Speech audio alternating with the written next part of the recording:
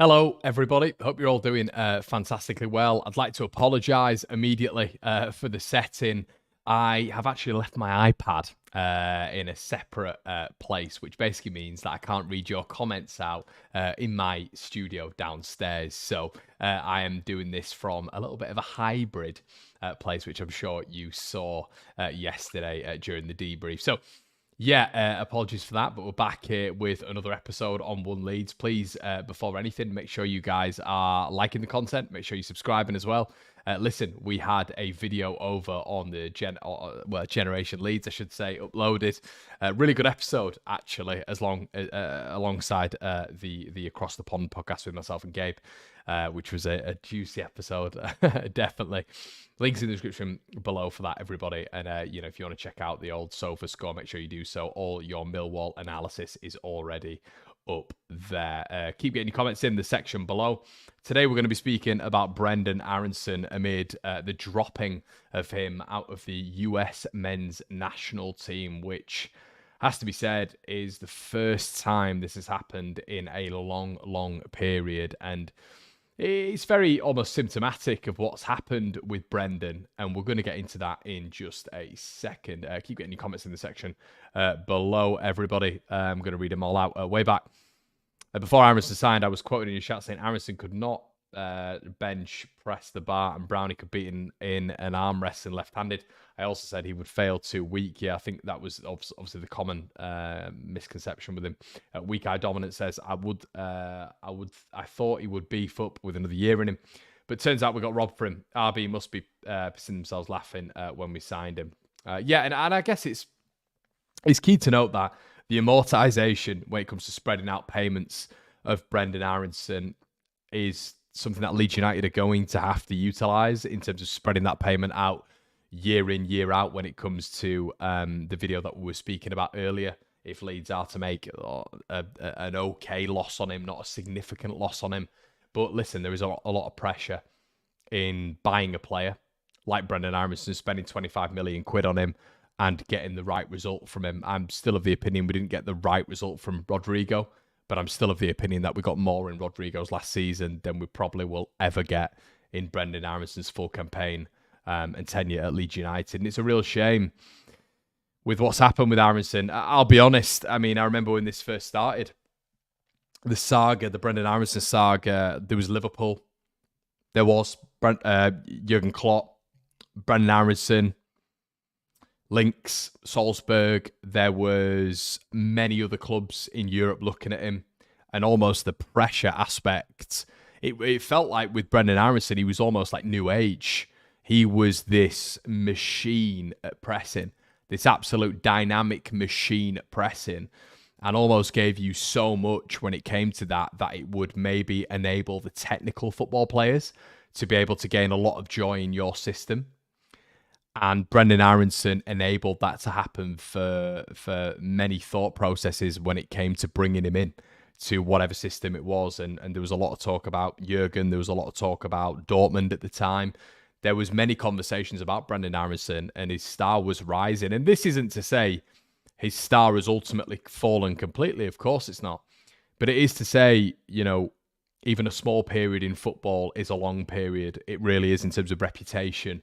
And at this moment in time, Brenden Aaronson has fallen through the glass ceiling pretty dramatically at this moment in time. Not only was he probably, we're not talking literally here, but we're talking, generally the weakest player in the Leeds United setup, but he has also been dropped by the US men's national team, almost the crux of Brenden Aaronson's career as well. And a lot of fanfare from that side was supporting Brenden Aaronson. And this isn't to say that this is going to be the be-all and end-all for Aaronson. He could definitely recover in terms of his career, but this is a big blow, a big body blow. When you do look at that US men's national team midfield, it's not one of ridiculous quality.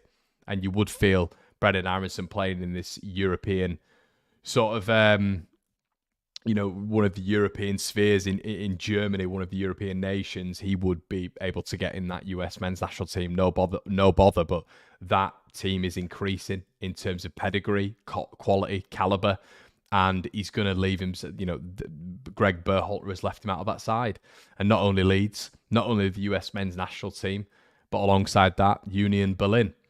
And Union Berlin was almost a platform for him this year to be able to develop, to be able to get that physical aspect to his artillery, because he didn't have it in the Premier League. He didn't have that athleticism. And he's a lot of these components which make you into a Premier League footballer. Brenden Aaronson, I thought, was lacking, but ultimately, it was also his technical ability. I didn't think his ball striking ability was good with his left or right foot. I didn't think his acceleration was great. I didn't think alongside that, those two attributes we've spoken about that had to develop in terms of his athleticism, his physicality, maybe his understanding of games, his decision-making. All of these things with Brenden Aaronson had to develop over a period of time with Union Berlin. But they also had to develop with the US men's national team. As I've just mentioned, the caliber, the quality, the pedigree was increasing. And you felt that if Brenden Aaronson was to be part of that pool, then maybe you would see him increase as well. But it seems like we have gone through that. I mentioned glass ceiling earlier on, but I mean, the glass floor right now, he is plummeted in terms of reputation. And I'm really interested to get your guys' thoughts on it. I've got a few thoughts on it, and please get your comments in the section below. Super Joe says, hi, Conor. Hope you're good, pal. Hi, mate. Foxy's the Lead says, I've been following Aaronson since his youth days, and he's always punched above his weight. He's at a crossroads in his career for club and country, and I don't think he knows where he goes. And it's a fair point, mate. Super Joe says, I think that we might have a point. He might have a point to prove coming back. He won't be amazing, but he might be good. If the price affects people, if we paid 10 million, he'd be a good squad player. Needs to get a coach. Even everyone. First Sunday coming on. Evening, pal. Hey, Jay. Brendan's in the building. Paul's here as well. Maybe Fark will get something out of him. Greg Berhalter ruined Aaronson during the World Cup. I think there's a little bit more to it than that, mate. Aaronson has now been told by two clubs to become more physical, to be successful in the upper tier leagues. But his attitude seems to be that he can succeed in the way he is. He's young, but he must learn. Evening, Conor. Hi, Derek. But yeah, there's a lot to dissect with Brenden Aaronson, because I think when he came to Leeds, I mean, I've mentioned at the start that I was very excited by this guy. There was a lot of rumours about him. There was a lot of there was a very, very sort of upward trajectory in his career, and it almost felt, hey Render, that Leeds had got a steal. Leeds had really got a steal for 25 million quid, and let's not make any bones about this. Marcelo Bielsa loved Dan James, but he also loved Brenden Aaronson, and this was well documented from the Argentinian media, from the English media, even from the US media. Marcelo Bielsa was a big fan.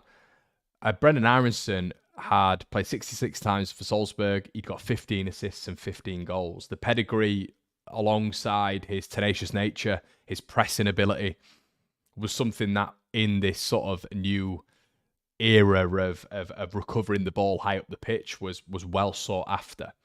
And Leeds did really, really well to get him over the line. And it felt that he never really kicked on.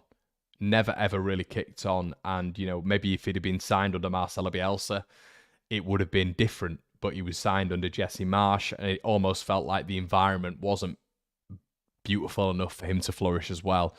But I wasn't ever sure when I saw him for the first time, second time, third time, fourth time, that his technical ability was enough for the Premier League. And let's be honest, everybody, he went from Philadelphia to Salzburg to Leeds United in the Premier League. Now, we can talk about Salzburg in the Champions League. You know, a lot of people will reference Erling Haaland. Erling Haaland then went to Dortmund, got a flavour for it out there. But Brenden Aaronson moved straight from Salzburg to Leeds United in the Premier League, a Leeds United side that had to adapt in the Jesse Marsch era, and this was the staple signing. It's not worked for him at all at Union Berlin as well, and to an extent where I really didn't expect it to be as bad as it has been for him at Union Berlin. He hasn't played a 90-minute game all season. He's played 21 games, or featured in 21 games, has got one goal.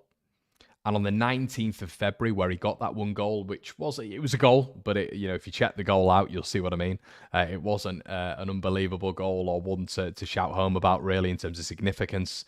But he ended a 4-game goal drought. Now, I understand he's a different player to Rutter. Of course, I understand he's a different player to Jorginho Rutter. But what I will say is he's occupying a central attacking midfield position. Leeds are going to be playing in the long term a 4-2-3-1 system under Daniel Farke. And there is absolutely no way on earth, even if it takes Jorginho Rutter a while to adapt in the Premier League, which I do think it will, he gets in front of Jorginho Rutter and or another central attacking midfielder if Leeds are to try bolster that position and maybe put Rutter out wide as an inverted winger, which is where he specialised at Hoffenheim.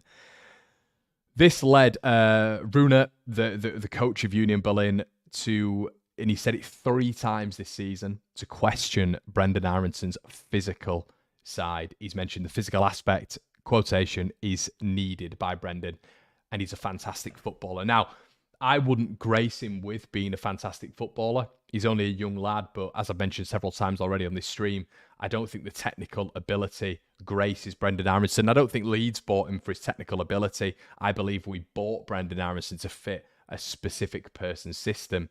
And I believe that Leeds were going to go forward with a pressy, intense, dynamic system from coach to coach to coach. And I felt that that was Victor Orta's blueprint going forward, even though he thought Jesse Marsch was the long-term option. I believe even the successor to Jesse Marsch would have been someone of that mould.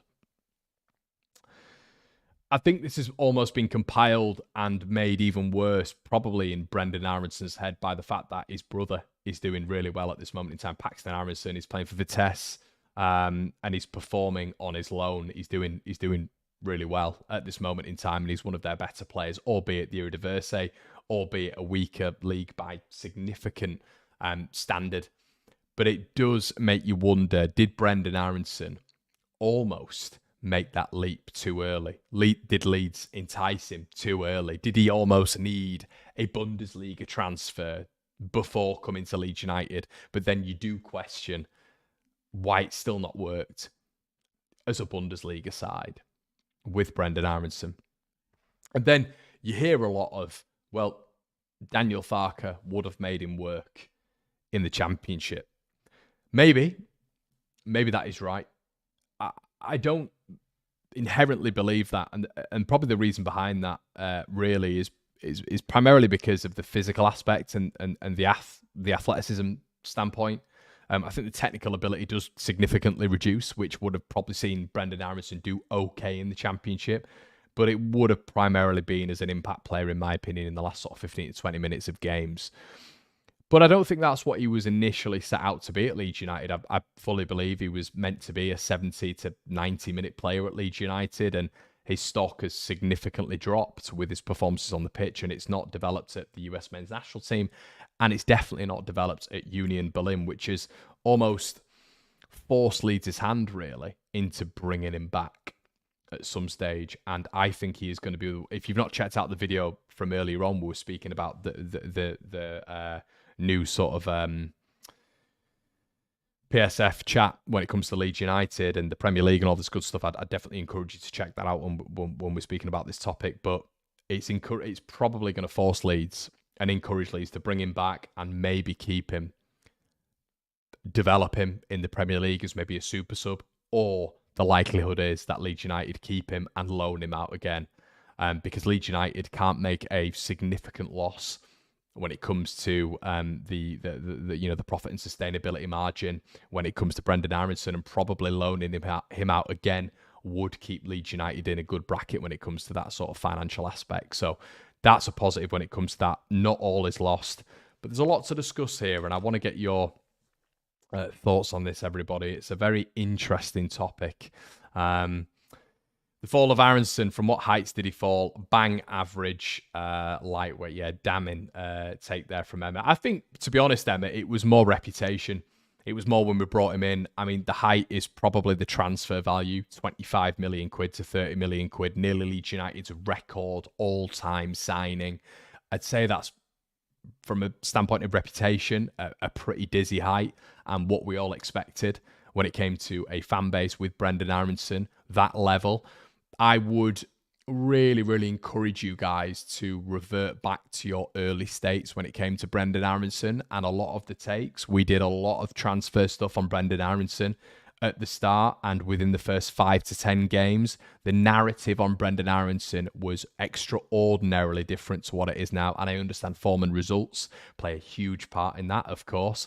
But what I would also encourage you to do is look at your takes when it came to that period of time. My take at that period of time was it was a really good signing. It worked within a Red Bull system.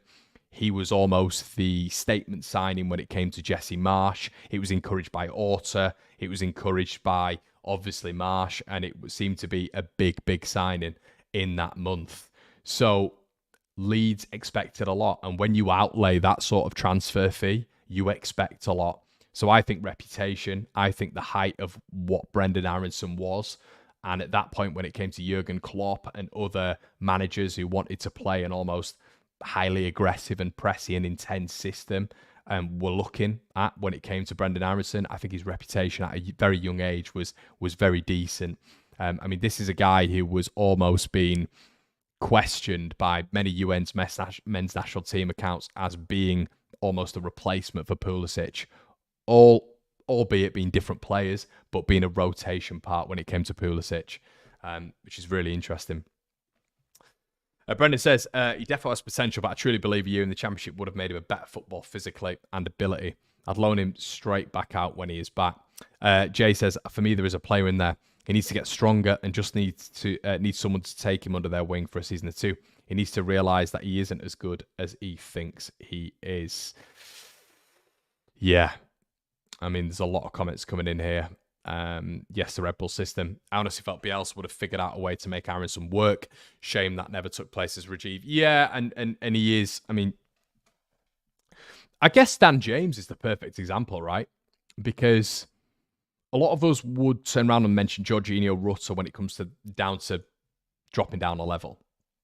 So Dan James has dropped down a level. Rutter's dropped down a level. Somerville has dropped down a level. And you've all seen increased performance. Strauch has dropped down the level. Ilan Melier dropped down the level. And this is why I am always harking on the side of caution when it comes to sentiment with certain players. You know, I'm a massive advocate of praise and encouragement and getting high when we're high. But we have got to be careful as well when we come to that Premier League venture. And Brenden Aaronson is almost symptomatic of that. But these players have been able to drop a level. And you're seeing right now at this level, at the second tier of English football performances, almost going through the roof. You know, the trajectory, the ceiling so high because the caliber of opponent is lower. The pace is lower. Athleticism, physicality isn't as great because the Premier League, where it used to be almost so technical, almost like mid to late noughties, so technical, so ability ridden, and it didn't really have that flux of athleticism, in my opinion, and athleticism and physicality. I thought the Championship and the Premier League were quite close there. But when it's coming to the modern era, when it's come to, you know, you're looking at the likes of 4 centre-backs, which Man City have introduced, and now other clubs are introducing that, the physical specimens in the Premier League, they're just the top draw athlete,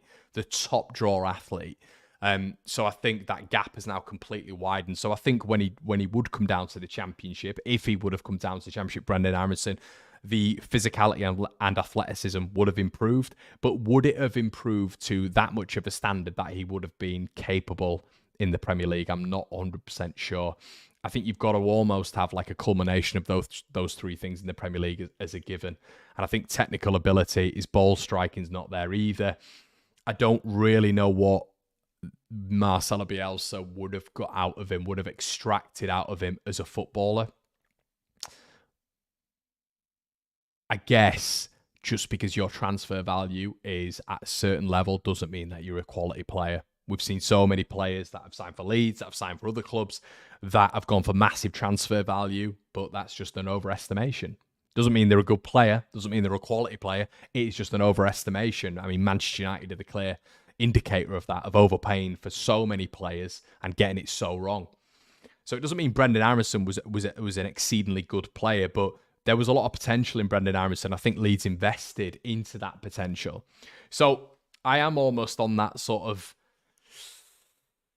level of, should we have given him a chance, or should we give him a chance in the Championship if we are to stay down? Touch wood, we don't. But if we are to stay down, would you give him that chance? And I am not sure I would. I really am not sure I would. I don't know. Maybe, and I could be wrong, but the closest person I would see to Brenden Aaronson would be Dan James. I don't think Dan James worked in the Premier League for Manchester United. I don't think he worked for Leeds United. I don't think it worked at Fulham at all. And I think that step down, with the numbers that he's produced, the expectations that he's exceeded, and the development, has, seen us fans, myself included, just been like, wow, I did not expect that. I really didn't expect that. But we probably should have expected that. And that's where this all becomes a bit confusing, because if Brenden Aaronson is on that Dan James level, I believe he's younger. Well, he is younger. If you drop down to that level, I don't believe that Dan James has this utmost technical ability. I really don't. And that's what I was calling at the start of the season when it came to Willian Gnonto or Dan James. I was like, Willian Gnonto all day when it comes to technical ability. But form played a part in that. And would Brenden Aaronson have been able to cope in the Championship? There's an argument there. I think most players under Jesse Marsch did not really progress. He hurt our players with his style and training, I believe. I guess, yeah, Kim, but maybe Brenden Aaronson would have developed there more than anyone. Rasmus Christensen should have developed there more than anyone, because these have played in that system before, so the adaptation shouldn't have been that vast. Our team says Brenden was a joke last season with that American car salesman. Don't even call him by his name. Imagine having Aaronson in the Championship, he'd have been eaten up. I think there's definitely an argument that he'd have developed. I do believe he'd have developed, but I don't know how much he would have developed by, and we will never know that unless we are in the Championship and he is to come back and he is to play in that system. And listen, guys, there is a horrendous likelihood that if we were to remain in the Championship, which on the sort of the Thursday, what day are we on? We're on the Thursday before us playing Millwall. I do think we will get promoted. We've spoken about this on the league table predictor. If you want to call me negative and all that sort of stuff, you can't do that because I've got Leeds breaking 100 points this season. But if we are to play devil's advocate to stay in this division, Rutter will go, Somerville will go, Gnonto will go, and you know where I'm going with this. We're all talking about a level down, increasing the development, increasing maybe, the confidence, mentality of Dan James, of Rutter, of Somerville, of Strauch, of Meslier. Is there an argument to say that Leeds United, if they were to stay down, getting rid of a lot of these players, potentially Brenden Aaronson would be the quick fix in central attacking midfield?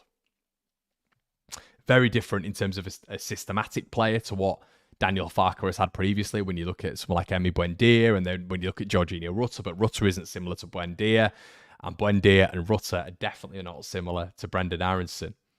Brenden, unpopular opinion, but I think a lot of our team will struggle next season. Rutter at Somerville, I don't think they will light up. It's going to be tough. Evening, Conor. Hi, AJ. Aaronson is an okay footballer, as long as nobody tackles him. We were on a massive high because of survival as well. That influenced our mindset. Agree, it's been a huge fall. If we would have paid that for Gruev, we would be saying a flop and bang average. His criticism comes from the fee, and that was not his fault. I feel for lad. Yeah, in terms of that aspect, I do feel for him as well.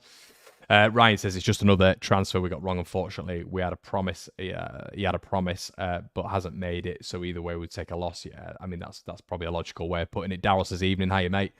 I agree there is a player in there, but I don't think I've ever seen a player go over as easy as Aaronson. And I think that's something that the Union Berlin manager has said. It's probably something that Greg Berhalter has taken into consideration when he's come to his US men's national team selection. You need to see development in the player, and there is an argument, and I have to say this because, not a lot of content creators do say that they're wrong. I try put my head above the parapet, and I get people on this channel who try say, they're wrong, and we encourage debate and discussion. I may be wrong in this, and I've been more than wrong like literally like millions of times on this channel. So many times. But I'm a fan giving my opinion. And there is so many trends and so many sort of like pointers to him being in the Championship, and it makes sense for it to be right. It makes sense for everything to work out for him. It makes sense, if you're looking at the Dan James blueprint, for Brenden Aaronson to work in the Championship. Maybe you are to get the best of Brenden Aaronson if he is to have a year in English football's second tier, not just to be thrown in to the Premier League. Now, does this work with him coming into the Premier League proceedings? Absolutely not, in my opinion, and I will say that right now. But the Championship, technically, I don't think he's there yet. I don't know how that develops, to be honest with you. I don't think Dan James has developed technically, but I think there have been so many other developments in his game that have elevated him from dropping down to tier 2. And maybe Brenden Aaronson can develop in certain areas of his game as well, which will give him that maybe just incremental increase to make it on to the bench consistently in the Premier League, or for at least for Leeds United to sell him on for a decent transfer. UN's men's national team fan, Brenden Aaronson had potential. He's not cutting it right now at all. He doesn't start for Union Berlin, does he? They're a bottom-tier German team. He could be a good player with a bit more strength. Yeah, potentially. Should have stayed this season, and maybe he would have. Can't afford any risk next year, Conor. We need to stay in the Prem, and we are too big for anything lower than the Prem. Yeah, and I guess a lot of it is that, Brenden, we need, we got to go up to the Premier League. It's going to have to be serious investment. We have to stay within financial constraints that were mentioned on the video earlier on. But Brenden Aaronson is going to be part of our picture for a long period of time, in my opinion. I don't know how we get rid of him for a good value. And I think Leeds United, to keep within financial restraints, will need to loan him out again. Which will look a lot better on our accounts. If we don't go up, Aaronson won't come back. He will go out on loan. He doesn't want to play in the Championship. He thinks he's better than that, hence why he was one of the first out of the door. That is very, very true. Most of our players who have their loan release clause have the same clause for next season. If we don't go up, none of them will come back. As every day goes by, I'm now able to see the genius of Bielsa for getting the best of what we had on his at his disposal. Yeah, listen, I wanted the guy out at the end. I wanted the guy out, and I was completely short-sighted when it came to that. Completely short-sighted with Marcelo Bielsa. And listen, if we're talking about generalisation, I wanted him out. I thought there was a bit of a development there, and it's blasphemy for any content creator to say that, and anybody to say that now, because everybody doubles down on what they were saying at that moment in time. But I was one of the people who thought that we could develop in getting in an Iriola, a Gallardo, someone of the Bielsa mould, the Bielsa cloth, but somebody who could take us to that next level. But we just knew with the squad investment after the fact, after Bielsa had gone, that he wanted an entire new team. We were sold that Marcelo Bielsa was almost wedded to his principles and was wedded to keeping these players in and developing them, when we found out after the fact that Bielsa wanted a complete overhaul. So, yeah, you told stuff, aren't you, PR-wise, and you believe it, and there you go. That's the life of a fan, isn't it? But overall, it's going to be so interesting to see the churn of your Jack Harrisons, of your Mark Rockers, of anything like that. Now, if we've been brutally honest, and we've been transparent with it right now, Mark Rocker is a better footballer than Alai Gruev. He is. He's a better player than Alai Gruev. But it is not good right now for Mark Rocker to come back into the fold, because we are in a brilliant period of time right now, and Alai Gruev suits Leeds more than Mark Rocker does. You know, you look at someone like Diego Llorente, doesn't suit where Leeds United are at right now. Some would argue that technically maybe he's better than a Charlie Cresswell, but he doesn't fit. That's just an example, by the way, but he does not fit in whatsoever. Robin Cott was one of the first out the door, doesn't fit. And I will go back to Mark Rocker and say that he wanted to leave Leeds United as well, so he is in that bracket. Verba, when you're bringing it down to technical ability, you have to separate, when you're looking at a player, you have to separate the mindset and the mentality and the technical ability. The technical ability, which is a top-level player, I think Verba, I don't think he's the greatest, but I think he would fit for Leeds United in the Premier League. Mark Rocker, mindset not there. Verba, mindset not there, but Mark Rocker, I believe technical ability, he would fit in the Premier League with a better system and a better midfield around him, a more consistent midfield around him. There is an argument Llorente would as well, because he proved it for portions in the Premier League when he was very, very good next to Pascal Stroud. But I think he's on the wrong side of 30 and he's battered by injuries. The whole point here, everybody, is the loan signings coming back. We have to look at them. We have to be ruthless. We have to see where we can get transfer value.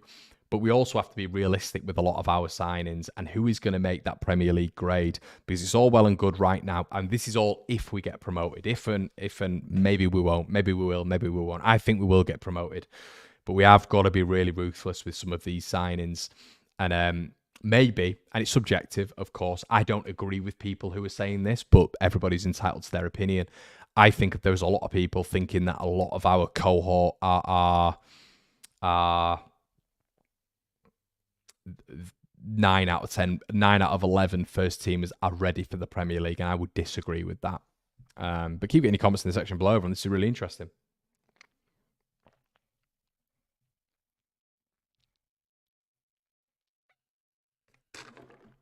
Render says Rocker was crap in a Jesse Marsh system. Do you know what it is, Render? I wouldn't have him back. At the start of the season, I would have him back, but I wouldn't have him back now. But we've got to contextualize what I'm saying here. And I'm talking about a technical player who has that ball playing ability.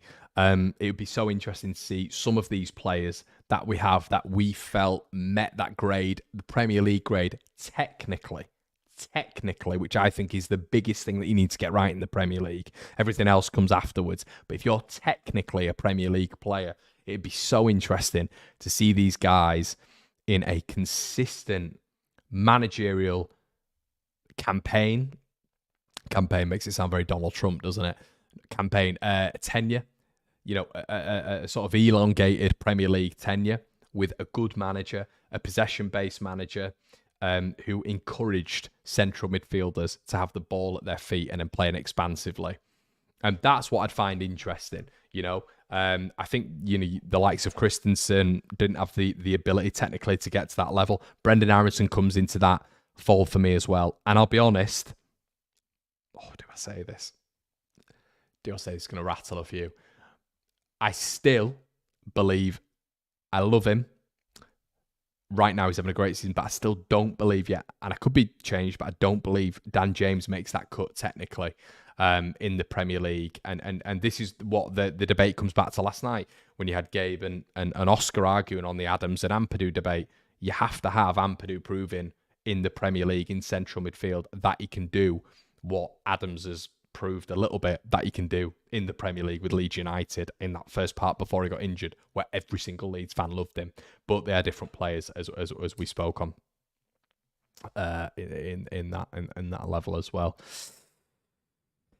It will be one of life's mysteries to decode how Orta thought Jesse Narrow Marsh was Bielsa's success. It will be, mate. It will be. Marsh's system made most players look garbage.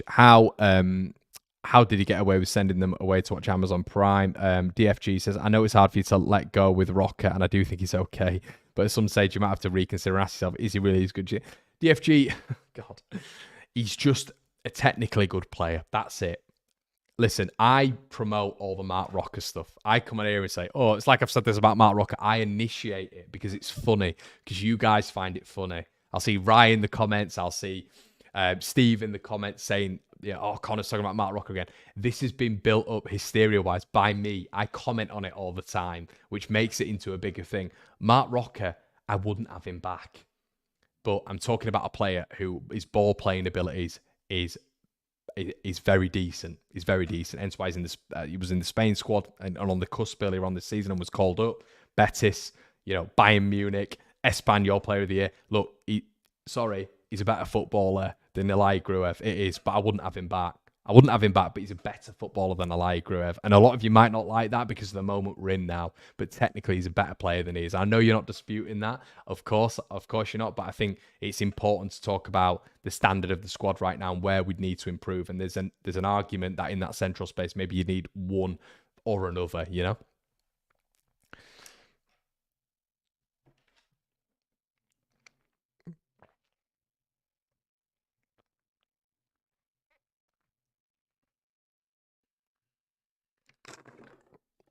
Yeah, we've spoken about that, mate.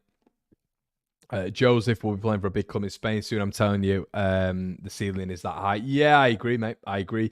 I mean, we've spoken about Joseph loads. I'm a massive fan of him. Looks like he's going to be called up to the Spain under-21 squad, which is fantastic for him. Buzzing for him there. I love Matteo Joseph. I love him.